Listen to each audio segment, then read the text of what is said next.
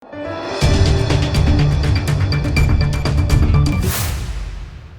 આપ જોઈ રહ્યા છો ઇન્ડિયન પોલીસ પ્રેસ। હવે જોઈએ અગત્યના સમાચાર।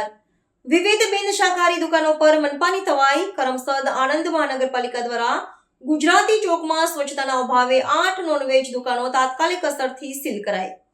કરમસદ આણંદ મહાનગરપાલિકા દ્વારા શહેરના ગુજરાતી ચોક વિસ્તારમાં આવેલી 8 જેટલી બિન શાકાહારી નોનવેજ વસ્તુઓનું વેચાણ કરતી દુકાનોને તાત્કાલિક અસરથી સીલ કરવામાં આવી છે।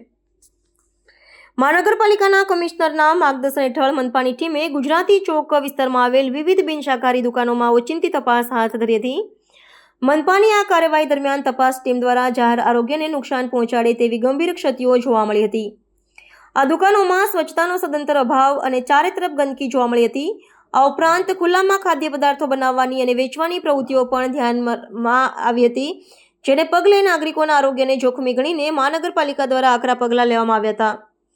મહાનગરપાલિકાની ટીમે જાહેર આરોગ્ય માટે જોખમી ગણાતી Bombay Avon Bhathiyara Alnoor biryani centre, Bombay restaurant, new Bombay biryani, Bismillah tawa fry, India fry centre, Noor corner અને લઝ્ઝત કેટરર્સ સહિત કુલ 8 દુકાનોને સીલ કરી દીધી હતી।